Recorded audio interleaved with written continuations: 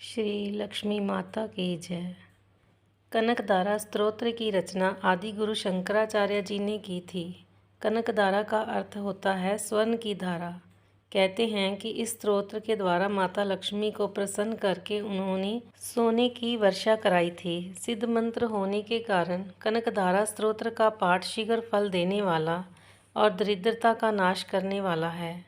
इसके नित्य पाठ से धन संबंधित सभी प्रकार के अवरोध दूर होते हैं और महालक्ष्मी की कृपा प्राप्त होती है। श्री कनकधारा स्तोत्र।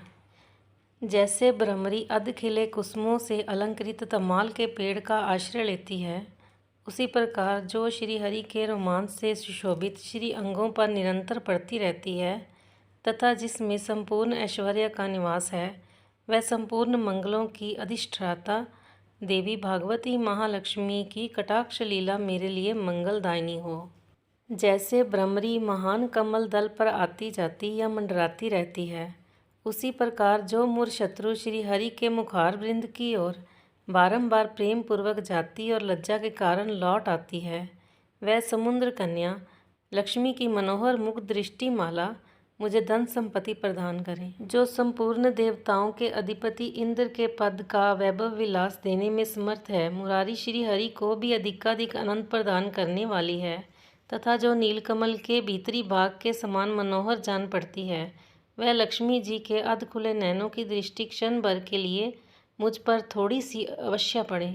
शेष शाही भगवान विष्णु की धर्म पत्नी श्री लक्ष्मी जी का वह नेत्र हमें ऐश्वर्य प्रदान करने वाला हो, जिसकी पुतली तथा भौं प्रेमवश हो अध खुले किंतु साथ ही निर्निमेष नैनों से देखने वाले आनंद कंद श्री मुकुंद को अपने निकट पाकर कुछ तिरछी हो जाती हैं। जैसे मेघों की घटा में बिजली चमकती है, उसी प्रकार जो कैटभ शत्रु श्री विष्णु के काली मेघमाला के समान श्याम सुंदर वक्षस्थल पर प्रकाशित होती हैं, जिन्होंने अपने आविर्भाव से भृगुवंश को आनंदित किया है तथा जो समस्त लोकों की जननी हैं, उन भागवती लक्ष्मी की पूजनीय मूर्ति मुझे कल्याण प्रदान करें।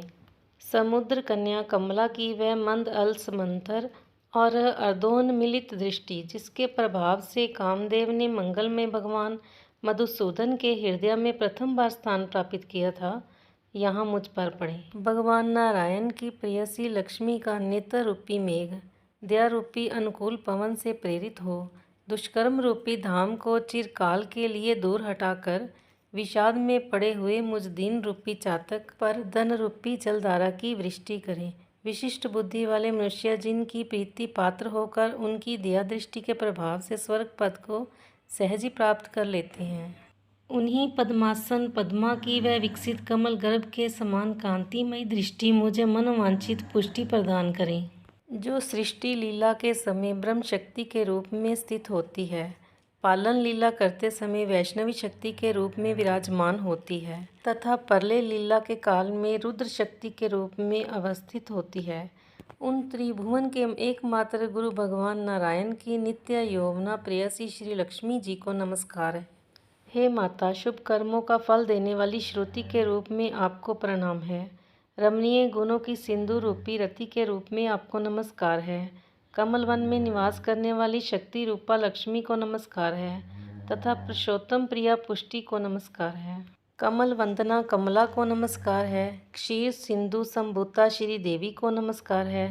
चंद्रमा और सुधा की सगी बहन को नमस्कार है। भगवान नारायण की वल्लभा को नमस्कार है।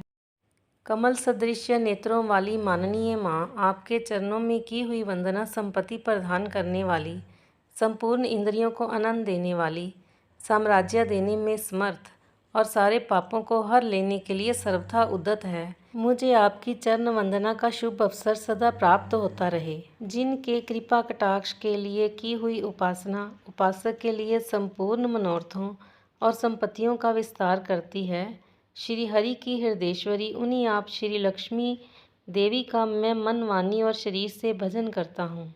भगवती हरि प्रिय, तुम कमल वन में निवास करने वाली हो। तुम्हारे हाथों में लीला कमल सुशोभित है। तुम अत्यंत उज्जवल वस्त्र, गंध और माला आदि से शोभा पा रही हो।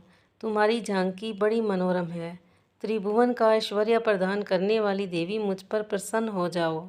दिग्गजों द्वारा स्वर्ण कलश के मुख से गिराए गए आकाश गंगा के निर्मल एवं मनोहर जल से जिनके श्री अंगों का अभिषेक किया जाता है, संपूर्ण लोकों के अधीश्वर भगवान विष्णु की गृहिणी और क्षीर सागर की पुत्री उन जगजननी लक्ष्मी को मैं प्रातःकाल प्रणाम करता हूँ। कमल नयन केशव की कमनीय कामनी कमले, मैं अकिंचन दीनहीन मनुष्य में अग्रगण्य हूँ। अतएव तुम्हारी कृपा का स्वाभाविक पात्र हूँ। तुम उमड़ती हुई करुणा की बाढ़ की तरल तरंगों के समान कटाक्षों द्वारा मेरी ओर देखो। जो लोग इन स्तुतियों द्वारा प्रतिदिन वेद त्रय स्वरूपा त्रिभुवन जननी भगवती लक्ष्मी की स्तुति करते हैं, वे इस भूतल पर महान, गुणवान और अत्यंत सौभाग्यशाली होते हैं तथा विद्वान पुरुष भी उनके मनोभाव को जानने के लिए उत्सुक रहते हैं।